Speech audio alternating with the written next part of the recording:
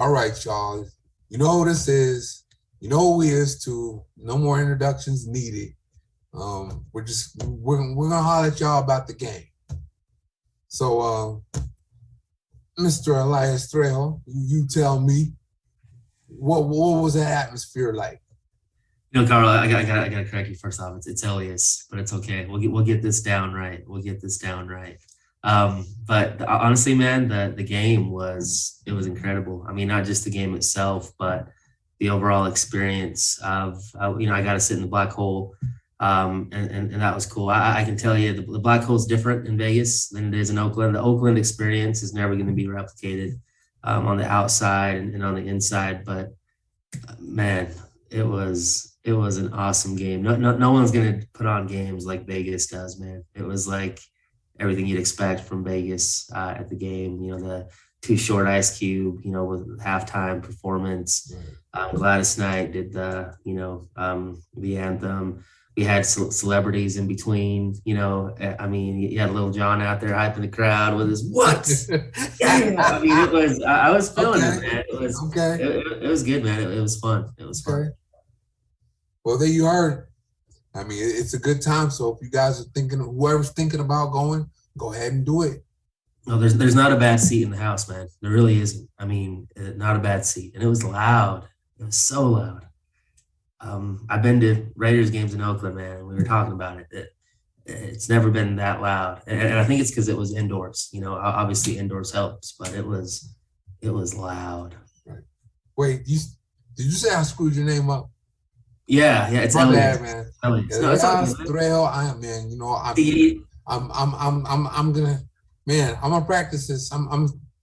You didn't have the accent. I don't know about saying your name in my sleep before I go to bed, but I got to get this right. I do not like getting people's names wrong. Normally you use the accents, so I'm cool with it because then it makes sense when you use the accent. Then when you go, I don't remember what you said, but Elliot is normally. Man, okay, I got to get it. And hopefully, right. We move on to the game. So, who does your game ball go to? Game ball. We're gonna do game ball offense, game ball defense. And then, your overall game ball for whoever you felt like was really, really, really, really that guy like that. Yeah. So who's your game ball on defense? I think we both got the same guy here, Carl. How can you not give it to Max? He played a hell of a game, man, and not just on the field, but getting the crowd hyped up with his long condor arms. You know what I mean? You're right. Yeah, doing it. It was just awesome to see. Man. He was a maniac out there. My goodness, he was all over the place, everywhere. Something else. That could have been a 5-sack game if he was playing a pocket quarterback. We were this close to getting several sacks, but Lamar Jackson got to give him credit. Lamar Jackson plus them holding. Yeah, I think that's going to be a problem all year, man. Oh, he already is. He already is. You know what? Since you gave it to Max, I do agree with you, but I'm going to mention somebody. Yeah. And because I'm very happy and proud of him. And that's Jonathan Abram. Yes. He was bringing the big stick out there. And, especially hit the tight end, jarred the ball loose. He had 10 tackles. And he was on point with his coverage. I couldn't be happier for the guy. So I agree with you, but I just want to mention Jonathan Abram, especially since nobody was harder on him than I was. So now I don't know. I'm beyond excited that he's playing the way he's playing right now. Yeah, and normally he's loud with his mouth and with his antics. He was loud with the game this week, and I loved it. He was my guy to watch for the game, and it was super cool to see him do his thing, man. Our 2019 draft class, man. They came alive. They showing up. They came alive. I love it. Yeah. Yep. Okay, offensive game ball. I'm going to give it to Brian Edwards. I know Waller got the numbers, but once we actually started throwing to our wide receivers, he had 5 targets, 4 catches, and his catches were clutch. He almost scored the game-winning touchdown. He scored the 2 passes in under 35 seconds, 37 seconds to get us in field goal range. I hope we find ways to feed those 2 young wide receivers because they can play, man. And it was cool to see those 2 guys. Edwards, he's got hands, dude. Oh, he's got hands. he really does. And Yeah. that length, and he just, and that catch radius, and just, he could just, just reach out and snatch it. Yeah, the way he adjusted, I was digging that. I was definitely digging that. The way he adjusted on that final catch was awesome. Right. He yes. stopped. But to me, the most impressive one is it was in, I don't remember what quarter it was, but it was like watching Spider-Man or the Black Panther, man. I know what you're talking about. Yes. I know exactly what you're talking about. Yep. I love to see that from a Raiders wide receiver and second year guy, man. That's awesome. Yep. Well, my game ball needs to throw it to those guys a little more. A lot more. And my offensive game ball goes to Derek Carr because, come on, man. We were tweeting.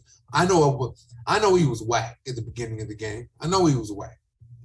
But when we absolutely had to have him, he gave it to us. Yeah. When we absolutely had to have him. And,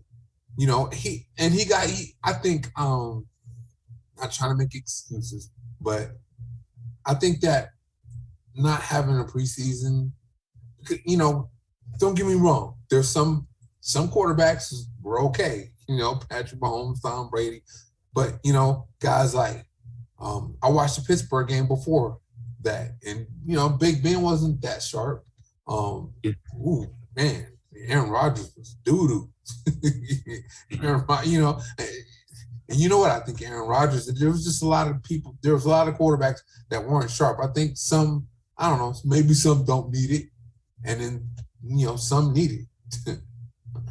Yeah. And really at the end of the day, we were talking back and forth, a little bit, but for me, like, I didn't love how he played that first half. He missed some wide open. I saw everything you saw. But at the end of the day, man, the way he finished, the way he played that fourth quarter, he had 121 rating in the fourth quarter.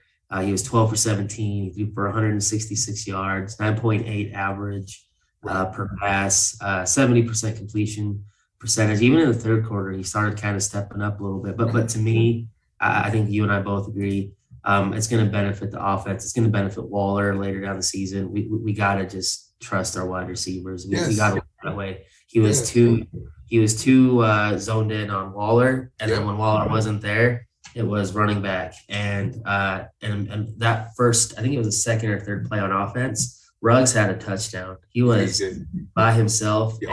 He blew everybody. He was, and it was a check down to our fullback. Yeah. So, but at the end of the day, all that stuff gets forgiven when you. And then later on, when Waller was wide open down the field, and he didn't throw it. The one time he's wide open down the field, he doesn't throw it to him. But he threw it to him on darn near every other play. I'm like, come on, Derek, man. I was like, come on, man. Do you need some glasses out there? What's going on? Obviously nobody's defending him the way I have, but in that first part of the game, he was whack. He was whack, and I didn't like it at all.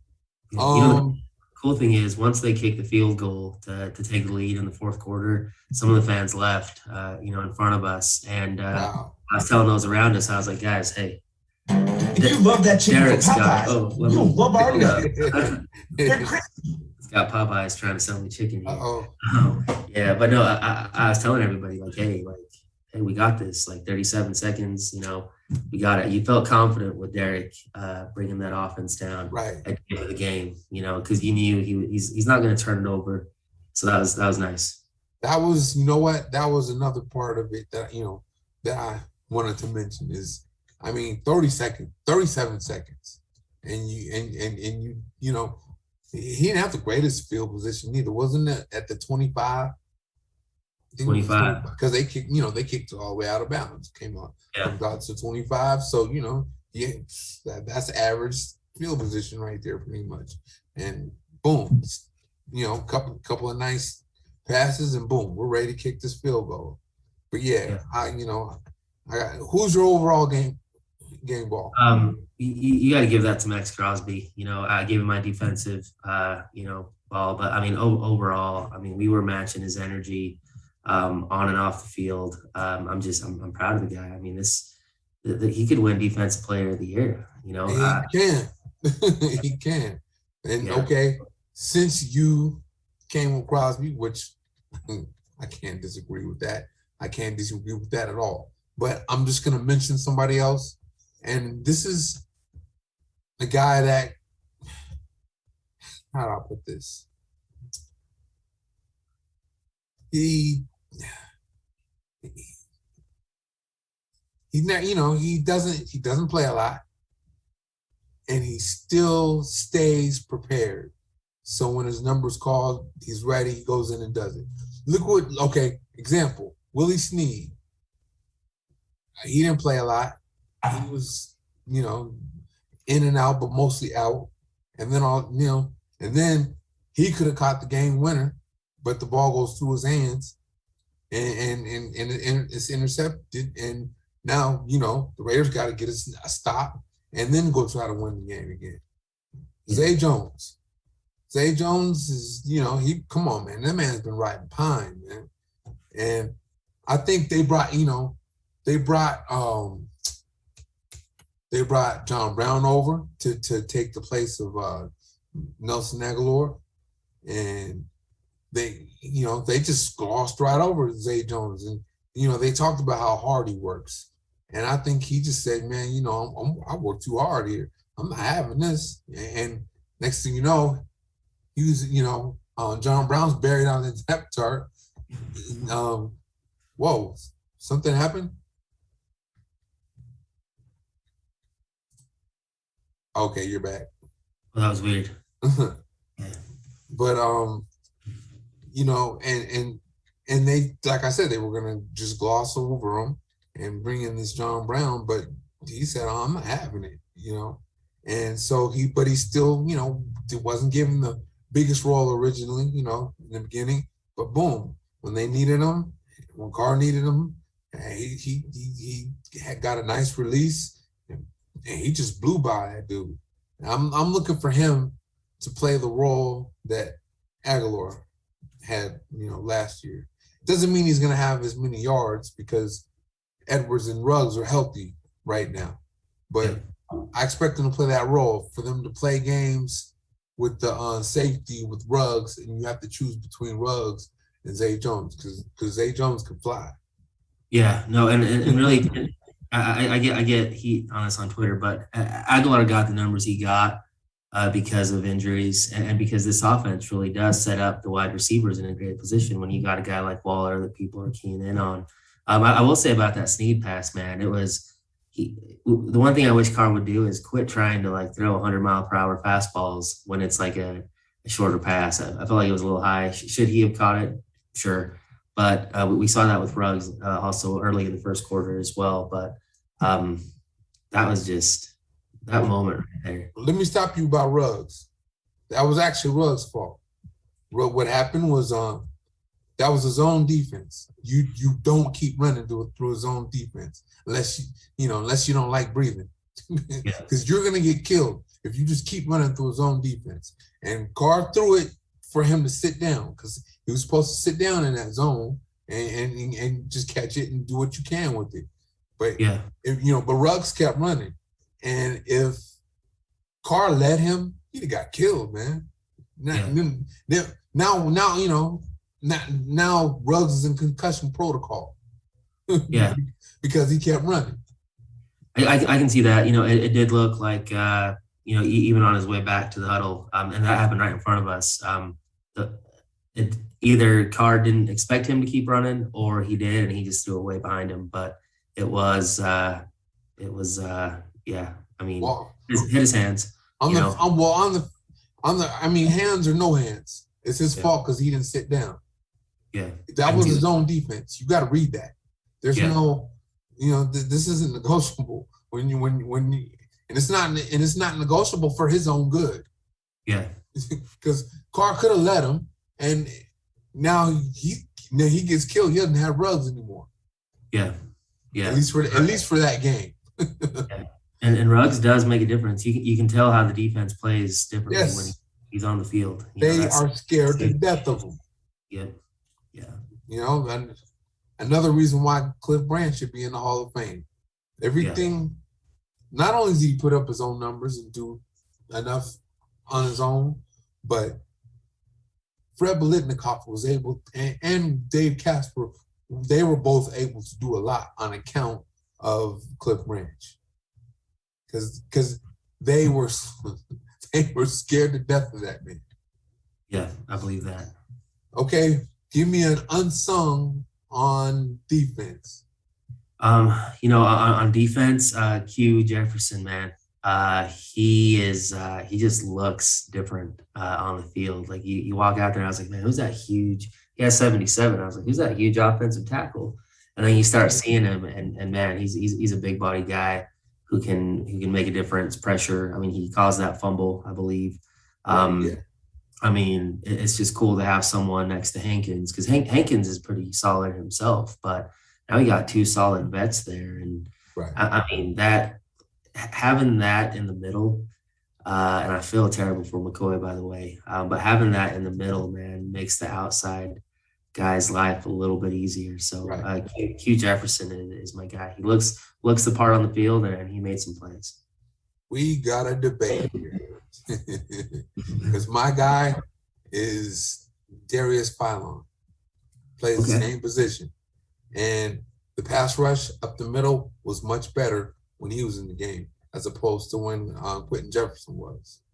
And, Lamar Jackson couldn't get away. He couldn't step up through the middle and get away when Phylon was in the game, because Phylon was getting that quick penetration. That dude he gets off the ball quick and gets into that backfield quick. And I'm not gonna make a big deal out of this, but I would like to see him out there more. Yeah, and he's gonna have to be now. I mean, him and Solomon got to step up. I did notice, and I think Phylon's 92, right? Was that his 91? Phylon's 96. 96. Okay, I went up there. So, but Phylon was good. You could tell it was different. Q to me just seemed like for tackle. I mean, he had like 5-6 tackles. I had the fumble. He had a couple of TFLs. Yeah. So I mean, but that's the beauty of it, right? We're talking about, we kind of mentioned McCoy, who is out for the season now. We're talking about two other guys in the middle.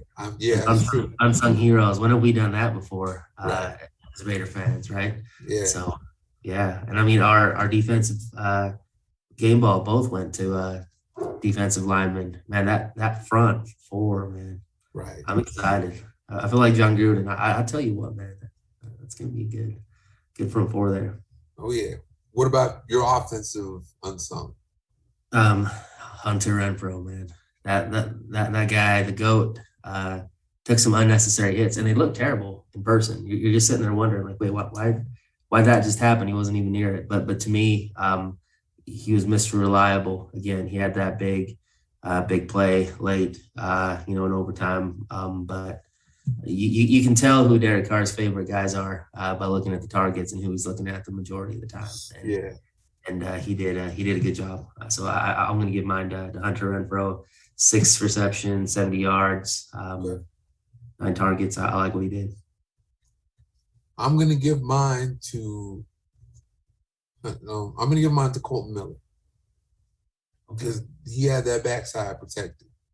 Yeah, he had a good day out there, and everything an offensive lineman does is unsung. So I got to give him some love for how he protected Carr's backside.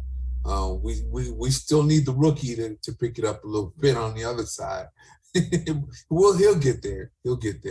But Colton Miller, he's already a full-grown Grizzly, so he's doing his thing the way he's supposed to. And let me give an honorable mention to Kenyon Drake.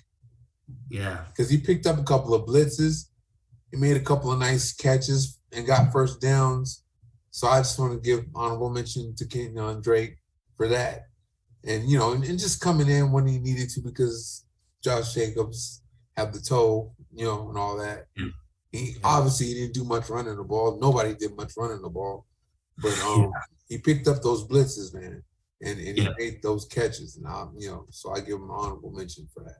Yeah, I mean, that's a great one because, he had 70 total yards. We weren't blocking very well. He only had 11 rushing, but his 5 catches for 59 yards, huge. And just to have that on the backfield, Yes. we had talked prior, I think, in one of our videos where we talked about how that third running back wasn't going to be utilized much. Even with a hurt Jacobs, we really didn't need to utilize that. Of course, it was the Ravens, so we weren't running it well. Give credit to the Ravens front. They're a great front seven.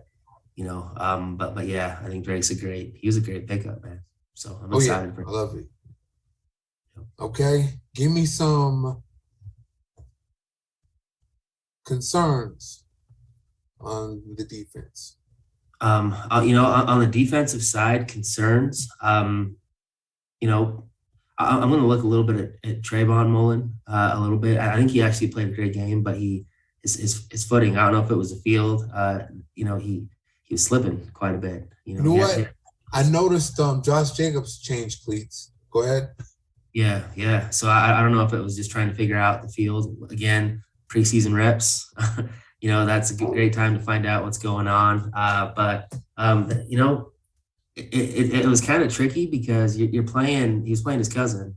And when you're playing a quarterback like Lamar Jackson, you got to be – it's just a different type of game. So I'm excited to watch him this week. But as far as like concerns go, to me, I didn't have a whole lot, man. I mean, we let them score 27 points, but we made plays, when we needed to. I'm going to come out and just say my concerns are first round picks, Burrow and Arnett. Where were they at?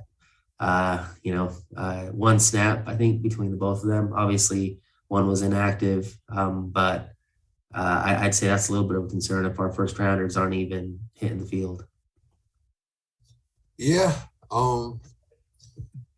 that was mine. Was Arnett. Yeah. And how do I put this, man? Okay.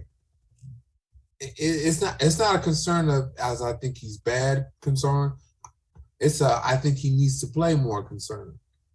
Yeah. Because that's cool. They didn't play. They're playing against Lamar Jackson, not Patrick Mahomes. So, I'm still concerned about Casey Hayward over there. Yeah, he played good. Yes, he did. So hopefully that what happened last year, because he got burnt deep a lot last year, and hopefully that was okay. He was playing with a pulled hamstring, and he's okay now, and he can just and he go back to his normal good self now. I'm hoping, but I'm still concerned about that a little bit, and I would want to see. I don't know. And as good as Arnett looked this preseason, particularly against the San Francisco 49er, I just thought we should see him more. And then my main concern is when they go to a multiple safety look, like Donald Leavitt, what is he doing out there? They didn't leave it. They didn't leave it, man. They didn't leave it the way they were supposed to. Yeah. But they did some, they just signed some Clinton Dix. Yeah. So hopefully he's in there when they want to put freaking Leavitt in there. Another concern. You notice that when I'm nitpicking like this, we must be, they must be pretty good right now for me to use this to nitpick. Yeah, got to watch that Yannick injury too. Hopefully that's not too serious, and hopefully that's not a lingering. You know what? Yes. Yes. He is quick off that corner, man. Now that you say that, that's my main concern is him. That's the main concern. You know, is he gonna be able to? How long is he gonna be out? Is he gonna? Because you know, to have him out 3 or 4 weeks, I don't know. Cause I don't know how. I mean, hamstrings are funny. It could be a few days injury. It could be a 2-week injury. It could be a month too. And hopefully we don't have to go out 4th of the season without, you know, one of our best pass rushers. Yeah, and I mean, you know, seeing Carr on the seam, get in there, make a play. Furl is supposedly he's going to be back. So if he does have to, you know, sit down for a week or even 2 weeks just to get healthy, so we have him at the home stretch of the season. Right. Yeah, but that's something to watch, you know. And I don't know what that is. Is it truly lack of preseason? Is it just one of those, you know, the Ravens are beat up too, you know? So it was a physical game, man. It was cool to see us come out on top there. Yeah, they were hitting out there. And, you know, before, you know, in recent years, you're known for, or the Ravens are known for the hitting that goes on in any game that they're playing in, especially when they're playing the Steelers. You know, 2 physical teams. You know, they're gonna wow, and it's nice to know that you can put the Raiders back in that category. You know, as far as you know, there's gonna be some hitting going on today. Yeah, we'll find out next week, man. I mean, we got both those teams within 6 days of each other, right. So our attrition is going to be tested early on. But to be honest, I think we stack up very well against you know, the Steelers. Our offense is going to be harder for them to defend than Josh Allen and the Bills. So I'm excited for that. I got high hopes for that game. So. Yeah. Okay. Now that we're transitioned into Pittsburgh, everything you said was right, but I'm concerned though. I'm concerned about the Raiders being ready to play on Sunday, and it's okay. It was a physical game, right? Yeah. It was also an emotional game. Yep. So now, on a short week, not 7 days, 6 days later, they going to Pittsburgh, another physical team. Yeah. And you know, they didn't have all the physicality and the drama in that game with Buffalo. Buffalo's not that physical a team. Yeah. And so I'm concerned. Yeah. I think for me, this is the season where we got to show not just the world, but themselves, right? That they can, you know, if this was last season or the year before, you play well against the top team, right, and then the very next week you lay an egg. And again, to me, this is why I think we're different. It's that 2019 draft class, the young guys that are leading the way. These guys, they were a part of those teams, so they learned. But also, these guys didn't lose much in college. They, you know, you were playing LSU, you know, and then you were going and playing Georgia. You know what I mean? So, like, I think because our leadership is different, we're going to see things differently. But you look at that injury report that came out today. That looked like I was looking at a page from a phone book, man. What's going on over there? I'm just like, what are these names going on? Limited. So it's going to be interesting to see how we manage their bodies, you know. But I mean, the Steelers aren't going to be and at Heinz Field, man. It's going to be a tough game.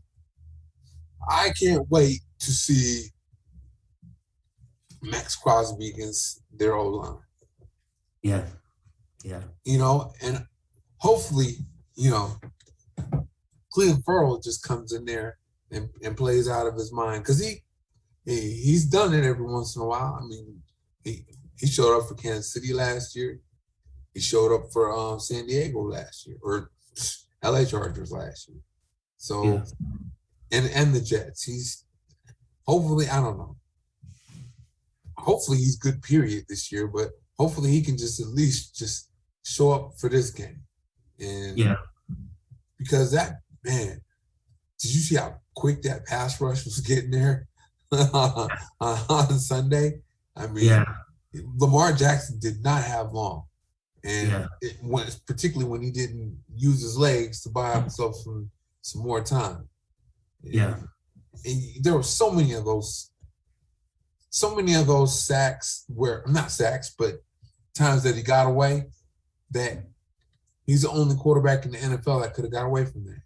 I know Patrick Mahomes can scramble and all that, because Patrick Mahomes wouldn't have got away from all that. He does not have that kind of quickness. He can't just change directions like nobody can. There's some running backs and receivers that can't change directions like Lamar Jackson can.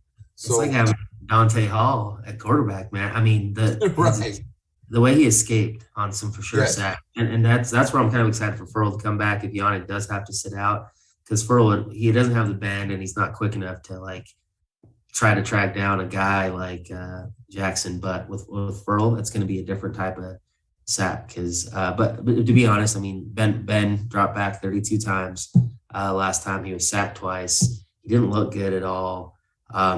I mean, to me, I'm hoping, because I love the way our defenders play, our defensive backs are playing. So again, I think this is a team that we stack up really well, but we're going to win this game on offense, and it's by how and when we score. So it puts the Steelers offense in a situation where they do have to drop back and let their 78-year-old quarterback try to, win the game. I don't think it's happening. I think we're ready to start the season 2-0 again, man. I'm excited for it. You know what? I can't disagree with that, because Ben, Ben can move at one time. He could just throw guys off of him, and he could still throw guys off of him, but not like he used to. And the movement wise, he can't move like he used to at all. And that movement, all he really still has is his arm now. Yeah, he reminds me of, like, when you were kind of little and you'd be playing like backyard football or whatever, and like that dad would come in, just quarterback everyone. He wasn't fast or anything. That's Big Ben. So I think our defensive line is going to eat again. So Max Crosby's going to have a good time again. Right. So I wish Ngakoue was playing, but if Furl, I'm just thinking, if Furl could just come in for this one game and do this, just this one game. Yeah. I love Nassib. I don't know how you pronounce his name. That's it. Nassib. So I love that he can come in, make plays. Keep in mind, Nassib was a guy that was he was a sack producer. He was getting sacks. So for me, you're right. We have just the rotation along that whole defensive line is something for us to be excited about. So, you know what? You're right. Thanks for waking me up on Nassib. I mean, I was screaming when he made that sack, and I went back to sleep on him that quick. Yeah, no, it's exciting, man. It's exciting. So we have something that we've never had before on the defensive side of the ball, and it's cool to see it in action and see it work. Excitement for the defense for this weekend. And there you have it, guys. This is all we got for you. Elias, say your goodbyes. Goodbye, guys. Always a pleasure. We're in for a hell of a season. That's all I got to say. I'm excited for it. So. Oh, yeah. All right. I'm going to hit y'all with another film tomorrow night. Thank you for watching.